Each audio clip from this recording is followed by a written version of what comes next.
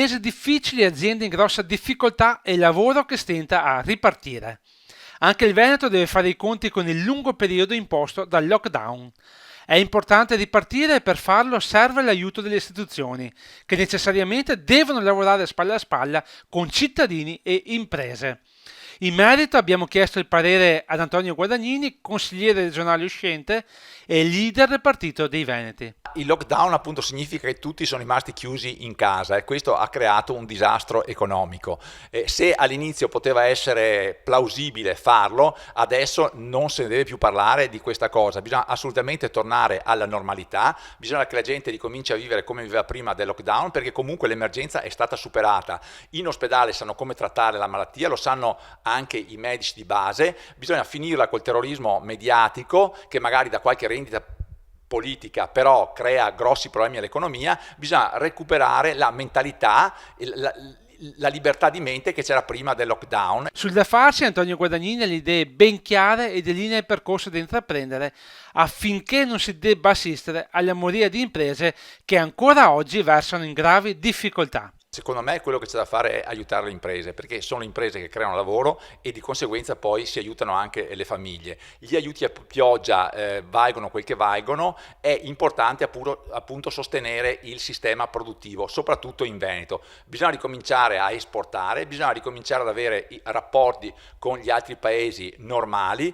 Bisogna superare l'emergenza soprattutto psicologicamente e ripeto, secondo me il problema fondamentale è quello di cambiare la narrativa di questa pandemia. Ormai è superata, siamo in una fase che sta diventando normale, avendo delle normali precauzioni igieniche come portare la mascherina nei luoghi affollati e lavandosi frequentemente le mani, non c'è nessun pericolo di ammalarsi e quindi secondo me quello che c'è da fare è tornare ad avere la propensione alle relazioni sociali e al consumo che c'era prima del lockdown. Il leader del Partito dei Veneti, inoltre, torna a parlare di autonomia come sistema economico efficiente per sostenere il Veneto tramite l'autogestione, raccogliendo il denaro dai cittadini e destinandolo direttamente ai comuni senza dover passare per Roma. Abbiamo votato ormai 3 anni fa il referendum, hanno votato 2.300.000 persone, quasi tutte hanno votato sì per l'autonomia. Il Veneto e i veneti vogliono autonomia. Autonomia significa responsabilità, significa che le persone sono responsabili per le azioni che fanno. In più, autonomia in Veneto significa un sacco di risorse che rimarrebbero sul territorio e che in questo momento vengono tolte da Roma e non ritornano in servizi qui nel Veneto. E i soldi che produciamo dovrebbero servire a rilanciare la nostra economia, a sostenerla. Se avessimo i soldi del residuo fiscale, ovvero quei 15 miliardi che ogni anno vanno a Roma e non tornano indietro, il Veneto starebbe sicuramente meglio. L'autonomia è una medicina generale che serve per curare tutte le malattie che ci sono oggi in Veneto e noi combatteremo per averla.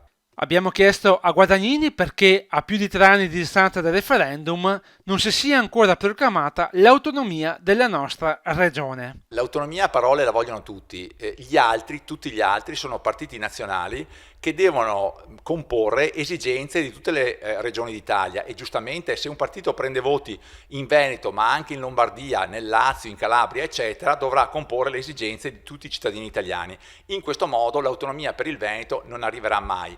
I partiti nazionali, anche la Lega, quelli che hanno cercato di ottenerla hanno fallito sostanzialmente, si può dire, dopo 3 anni. L'alternativa è quella di votare un partito territoriale che ha le mani libere e che riesce a trattare con Roma ad armi pari. Per me autonomia in Veneto significa che le risorse del Veneto rimangono in Veneto, sono quelle che invece adesso vanno a Roma e non tornano indietro. È chiaro che togliendole da qualche altra parte devono rimanere in Veneto, qualcuno ci rimette di sicuro, però noi abbiamo bisogno di queste risorse per dare servizi ai nostri cittadini. L'unico modo per avere queste risorse è un partito territoriale che fa gli interessi del Veneto e che è in grado di andare a Roma a imporre queste scelte. Finché si manda un partito nazionale a trattare l'autonomia del Veneto, l'autonomia non ce l'avremo mai.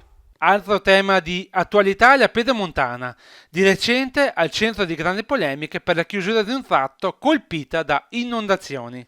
In Veneto mancano decine di miliardi di euro di infrastrutture, stiamo perdendo rispetto alle zone più competitive del mondo, abbiamo assolutamente bisogno di strade, di idrovie, abbiamo bisogno di tante infrastrutture che adesso mancano e l'esempio della Pedemontana non è dei migliori. Secondo me riuscire quell'opera pubblica costa troppo rispetto a quanto vale, nel senso che la costruzione dell'opera costa 2 miliardi e 300 milioni, però al Veneto costerà più di 12 miliardi di euro, perché è stata costruita con un contratto che si chiama Project Financing, che è troppo sbilanciato a favore di chi la costruisce. Il modo per costruire le opere pubbliche deve essere un altro, deve essere l'ente pubblico che si fa carico dell'opera e l'ente pubblico deve avere i soldi per farla.